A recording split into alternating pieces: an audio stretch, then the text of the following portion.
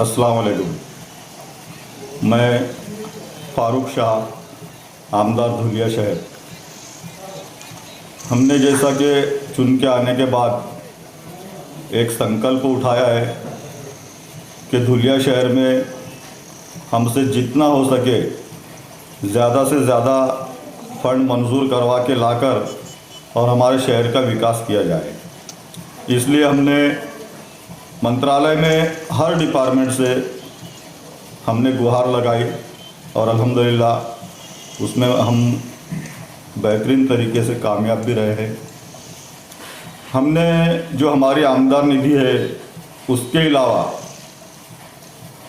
जो हमारे यहाँ एक बहुत बड़ा तबका है आदिवासी समाज का, उसके लिए हमने आदिवासी विकास विभाग से एक 11 करोड़ रुपए की एक समाज भवन हमने मंजूर किया है और 5.5 करोड़ रुपए का एक वसति गृह हॉस्टल जिसको बोला जाएगा, हॉस्टल हमने मंजूर किया है। उसका टेंडर प्रोसेस होकर अल्हम्दुलिल्लाह उसका वर्क ऑर्डर भी हमने पिछले हफ्ते दे दिया है और आइंदा 15 दिनों के अंदर इंशाअल्लाह हम उस काम का भी उद्घाटन करने वाले हैं। उसके अलावा अल्पसंख्यक विभाग से हमने 11 करोड़ रुपए लेडीज़ हॉस्टल के लिए, अल्पसंख्याक मुलींचे वसतिगृह, इस काम के लिए हमने 11 करोड़ रुपए माननीय नवाब मलिक साहब के मिलकर हमने मंजूर करके लाया है और अनकरीब ही उसका उद्घाटन भी हम करने वाले हैं। उसी तरह से जो केंद्रीय एक जो संस्था है जो नितिन गडकरी साहब देखते हैं उस काम को, हमारे धुलिया शहर में 40 गाँव रोड पर जो चौखुली है जहाँ पर मालेगांव रोड और 40 गाँव रोड क्रॉस होता है, वहाँ पर बहुत ज़्यादा ट्रैफिक की समस्या थी। उस जगह पर हमने 82 करोड़ रुपए की लागत से एक उड्डान पुल मंजूर करवाया है और अल्हम्दुलिल्लाह उसका मंजूरी लेटर भी मेरे पास आ चुका है।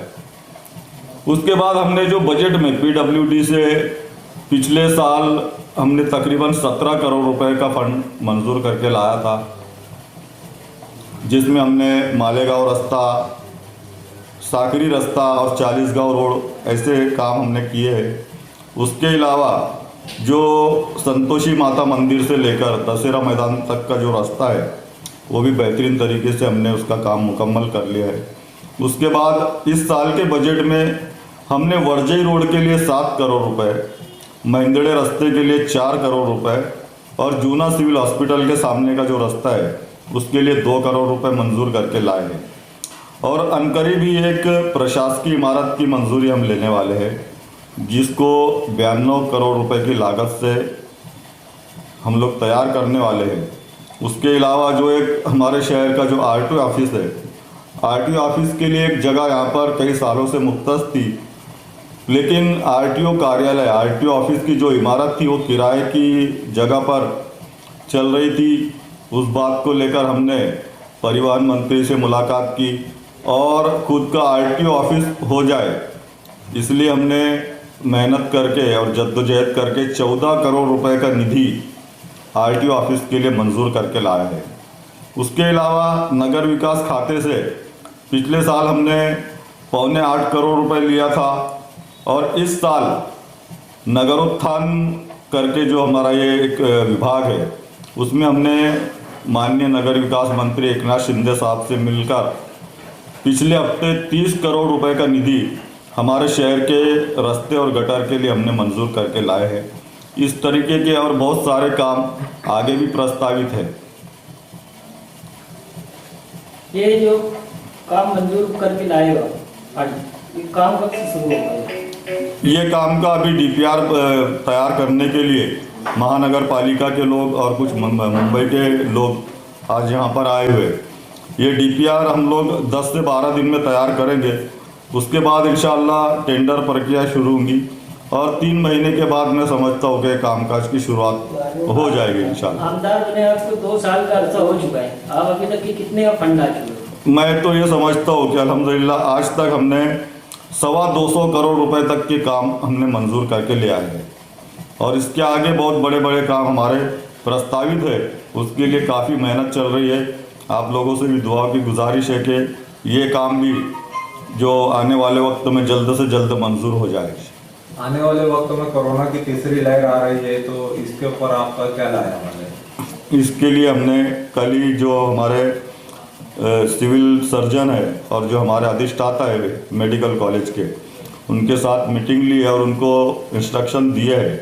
जिस तरह से कोरोना के वक्त हमने पहले से ही तैयारी करके रखी थी, उसी तरह से यहाँ भी अगर ओमिक्रॉन के पेशेंट यहाँ पर निकलते हैं तो उसके लिए हमने बेहतरीन तरीके से यहाँ तैयारी की है। और जैसा कि आप लोगों ने देखा होगा कि पिछले वक्त में जो ऑक्सीजन की किल्लत की वजह से काफ़ी मौतें हो गई थी, इसलिए हमने खुद की हमारी निधि से एक 82 करोड़ रुपए की लागत से जूने सिविल हॉस्पिटल में ऑक्सीजन प्लांट मेरे स्थानीय विकास निधि से हमने बनाया है। और उसके अलावा जो भी ड्रग्स, जो अद्वैयात इसमें लगने वाली है, उसका भरपूर स्टॉक हमने यहाँ पर करके रखा है।